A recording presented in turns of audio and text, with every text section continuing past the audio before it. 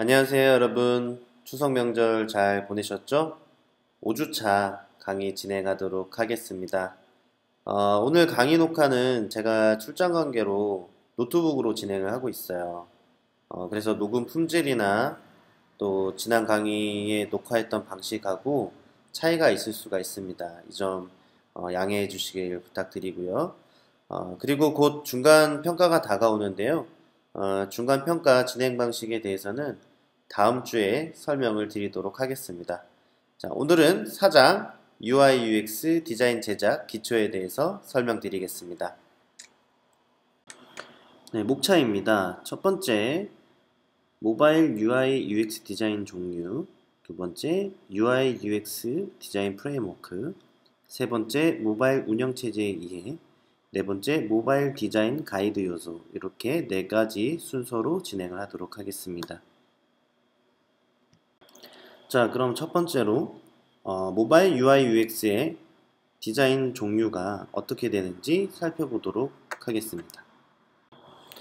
자, 우선 가장 최근에는 안드로이드는 머티리얼 디자인, iOS는 플랫 디자인이 주로 사용이 되었는데요. 그런데 보통 우리가 앱을 디자인할 때 안드로이드와 iOS 디자인을 각각 새롭게 따로따로 디자인을 하기보다는 하나의 디자인으로 안드로이드와 iOS 모두를 개발하는 것이 효율적이다 보니까 디자인의 방향이 iOS에서도 플랫 2.0이라는 컨셉으로 거의 머티리얼 디자인 쪽으로 수용해서 제작이 되는 추세인 것 같습니다. 따라서 앞으로는 플랫 디자인과 머티리얼 디자인이 추구하는 방향이 점점 비슷해져 가고 있다고 봐도 무방할 것으로 생각이 됩니다. 자, 그럼 모바일 UI UX 디자인이 과거부터 많은 변화가 이루어져 왔는데요. 여러 종류의 디자인 방식이 있을 텐데 첫 번째로는 스퀘어모픽 디자인이 있습니다. 스퀘어모픽 디자인은 현실 세계의 모양을 그대로 디지털화해서 표현을 한 디자인이라고 보시면 되는데요. 그래서 사실적이고 3차원적인 디자인을 지향합니다. 이 스퀘어모픽 디자인을 좀 더 자세하게 설명을 드리면 우리에게 익숙한 소재들을 모방해서 디자인을 하는 방식이라고 생각을 하시면 될 것 같아요. 그래서 이런 디자인이 사용자의 이해를 좀 더 빠르게 하고 또 익숙하면서 또 친숙하고 또 편안함을 느낄 수 있도록 하는데 목적이 있다고 볼 수 있겠습니다. 그래서 이 스퀘어모픽 디자인은 초창기에 애플이 많이 사용했던 디자인입니다. 그래서 스마트폰에서 좀 더 현실적이고 사실적인 그런 디테일을 많이 표현을 했죠.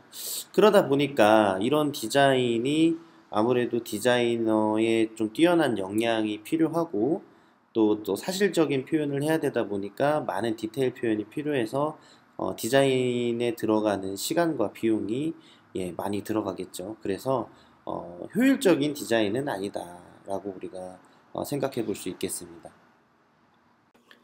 자, 그 반면에 플랫 디자인의 경우에는 복잡한 그래픽적인 요소가 없기 때문에 단순하고 사용자가 직관적으로 인식할 수 있는 평면 디자인으로 화면이 복잡해 보이지 않고 가독성이 뛰어나다는 장점이 있죠. 보통 이러한 디자인은 예전에 MS의 경우에는 윈도우 8부터 이 디자인을 채용하기 시작했고요. 이제 메트로 디자인이라고 하죠. 그리드 형태로 표현되는 이런 메트로 디자인을 이제 수용하기 시작했고, 애플의 경우에는 iOS 7부터 플랫 디자인을 적용을 하기 시작했습니다. 네, iOS의 경우에는 이렇게 디자인이 변화하는 것을 볼 수가 있습니다. 네, 그러나 이러한 플랫 디자인도 단점이 존재했는데요. 입체적인 디자인에 비해서 플랫 디자인은 그림자나 깊이 표현이 되지 않아서 직관적으로 형태를 구분지어서 보기가 어렵고 이 버튼이 눌리는 버튼인지 또 단순한 텍스트 표현인지 인지하는데 어떤 시행착오적 경험이 필요하게 됩니다. 반면 머티리얼 디자인은 아까 말씀드렸던 플랫 디자인의 단점을 보완할 수 있는 개념들을 여러 가지 도입을 했는데요. 실제 물체의 질감이나 어떤 그림자 효과 같은 것을 통해서 플랫한 디자인에 깊이감을 더한 그런 디자인을 추구하고 있습니다. 이 디자인을 개발하기 위해서 구글에서는 이런 여러 종이들을 겹쳐서 조명에 비춰보기도 하고 그로 인해서 발생하는 그림자의 표현이나 질감적인 그런 표현들을 사실적으로 나타내기 위해서 노력을 많이 했다고 합니다. 과거에 구글이 디자인보다는 기술적인 중심으로 포커스가 맞춰져 있었던 거에 비해 롤리팝 5.0 이후부터는 머티리얼 디자인을 적용하면서부터 전반적인 구글의 서비스들이 디자인이 대폭 개선이 된 것을 우리가 알 수가 있습니다. 이처럼 머티리얼 디자인의 원리는 3차원의 Z축을 이용해서 표면의 높낮이를 구현했다고 하는데요. 이러한 아이소메트릭 디자인에 대한 자세한 내용은 뒤에서 다시 한번 설명을 하도록 하겠습니다. 일반적으로 아까 말씀드렸던 것처럼 종이 조각으로 겹겹이 올렸을 때와 같은 그런 어떤 표현이 우리 머티리얼 디자인의 중요한 요소라고 볼 수가 있는데요. 이처럼 머티리얼 디자인은 플랫 디자인의 단순함의 장점과 스퀘어모피즘의 사실적인 표현의 장점을 결합해서 사용성을 극대화시킨 디자인이라고 할 수 있겠습니다. 다음으로는 UI UX 디자인의 프레임워크에 대해서 설명드리도록 하겠습니다. 자, 우리가 지지난 시간에 배웠던 디자인 리서치와 아이디어 도출 등의 프로세스를 거쳐서 디자인 도구를 이용해서 막상 와이어프레임이나 디자인 작업을 진행하고자 할 때 어떤 식으로 시작을 해야 될지 막막할 경우가 많이 있는데요. 사실 대부분 디자인 작업을 할 때는 개인적인 아이디어나 개인적인 취향과 감각에 의존해서 작업이 되는 경우가 많습니다. 그런데 대체적으로 그러한 작업의 결과물들은 클라이언트의 취향이나 클라이언트가 생각하고자 하는 방향성과 동떨어진 케이스가 생길 수가 있습니다. 그래서 우리가 이 디자인을 어떤 근거로 디자인을 했는지 설명하는데 어려움이 따를 수 있다는 거죠. 따라서 우리가 지난 수업에서 언급했었던 이런 더블 다이아몬드나 에자일과 같은 프로세스를 비주얼 디자인에 적용을 해서 사용하는 것도 좋은 방법이 될 수 있겠습니다. 그래서 이런 디자인 프로세스가 우리가 작업을 하기 전에 굉장히 중요한 요소로서 필요하다라는 것을 우리가 알 수가 있겠습니다. 자, 그렇다면 디자인 프로세스를 통해 우리가 디자인을 시작하기 위해서는 우리가 수행하고자 하는 프로젝트를 통해 성취하고자 하는 목표를 명확하게 수립을 해야 하는데요. 이 디자인의 목표가 단순히 우리가 미적인 아름다움을 추구하는 것이 아니라 모바일 앱을 예로 든다면 편리한 사용성을 추구하는지 아니면 이 앱을 통해서 사용자에게 어떤 경험을 시켜줘야 하는 것인지 구체적으로 정확한 목표를 설정을 해야 하는 것인데요. 그 목표에 따라서 이 앱의 레이아웃이나 폰트 크기, 색상 또는 애니메이션을 사용할 것인지 이런 여부들을 결정을 하게 되는 것이죠.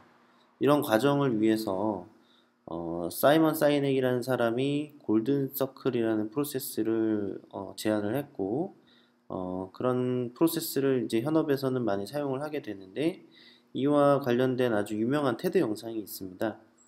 별도로 영상을 올려놓았으니까 아마 플레이를 하면 자막을 선택할 수 있을 겁니다. 그래서 한국어 자막을 선택을 해서 한번 시청을 해보시기를 바라겠습니다. 자, 그럼 골든 서클을 이용해 목표를 설정하는 과정은 이런 세 가지 why, how, what 이 순서로 생각을 해볼 수가 있겠는데요. 첫 번째로 이 프로젝트를 통해서 궁극적으로 전하고자 하는 바가 무엇인지, 그리고 왜 이 아이디어가 기술이 필요한지 이런 것들을 설정을 해야 될 것이고요. 두 번째로 그럼 그 가치를 어떤 방법으로 전달을 할 것이냐, 기존 기술이나 기존에 나와 있는 아이디어와 어떤 차별성이나 독창성이 있느냐 이런 것들을 탐색하는 과정도 포함이 될 수가 있겠습니다. 그리고 마지막으로 무엇을 통해서 목적과 가치를 전달할 것이냐, 그런 어떤 방법론적인 부분을 논의하는 과정을 거쳐서 목표를 설정해 나가는 것이 이 골든 서클을 이용해 목표를 설정하는 과정이라고 볼 수 있겠습니다.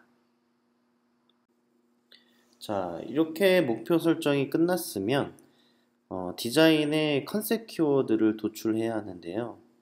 컨셉 키워드를 도출하기 위해서 우리가 생각해 볼 수 있는 것들은 우리의 서비스의 타겟은 누구인가, 그리고 우리 서비스의 분야 또는 우리 서비스가 갖고 있는 정체성이 무엇인가, 이제 이러한 것들을 통해서 카테고리를 설정하고 이 서비스를 사용하는 가상의 인물을 설정하고 페르소나를 통해서 시나리오를 그려가면서 떠오르는 느낌이나 감정을 무작위로 도출해 내보는 것이 바로 컨셉 키워드 도출이라고 볼 수가 있겠습니다.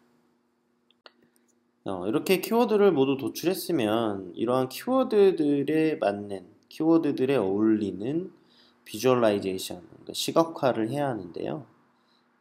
이 과정에서 이 키워드들에 맞는 어떤 이미지 또는 컬러, 레이아웃, 폰트와 같은 어떤 그런 스타일링적인 요소들을 설정을 하면서 이 전반적인 테마나 톤 앤 매너가 결정이 되는 것이죠.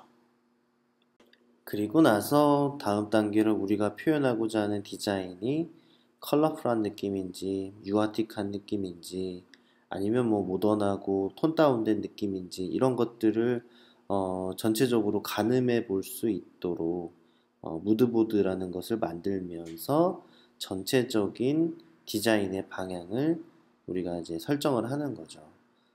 그래서 이런 디자인 방향을 설정을 하게 되면 차후에 이제 디자인을 할 때 우리가 어떤 요소들을 적용을 해서 표현을 해야 될 것인지 도움이 되는 어떤 그런 하나의 데이터로서 우리가 활용을 해볼 수가 있겠죠.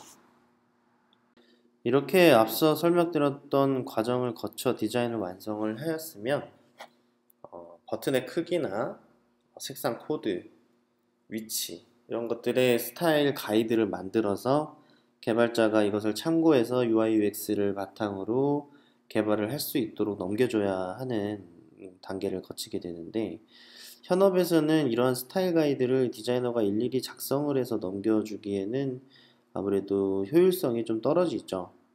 시간적인 부분들도 그렇고 일일이 다 하나씩 하나씩 코드를 따서 작성을 해야 되기 때문에 굉장히 불편한 점이 있습니다. 그래서 이 제플린이라는 툴을 많이 사용을 하게 되는데 어도비 XD나 스케치에서 제플린을 연동을 할 수가 있어요.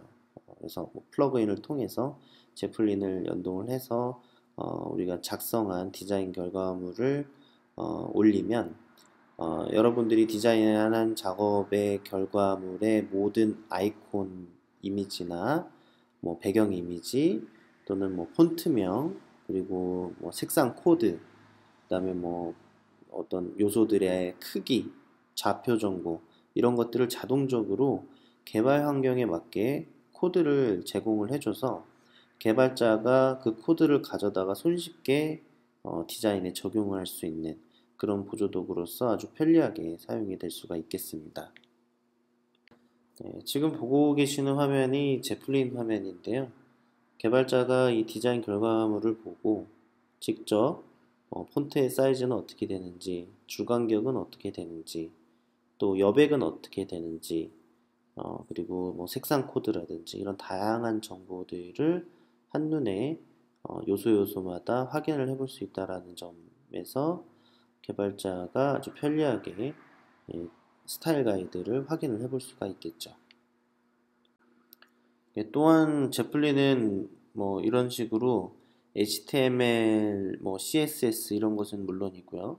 안드로이드나 iOS, 리액트 네이티브, 루비, 파이썬 등등 다양한 이런 개발 환경에 맞는 코드를 다 이렇게 바로바로 제너레이트를 해주기 때문에 개발자들이 아주 편리하게 UI를 구성을 할 수가 있습니다.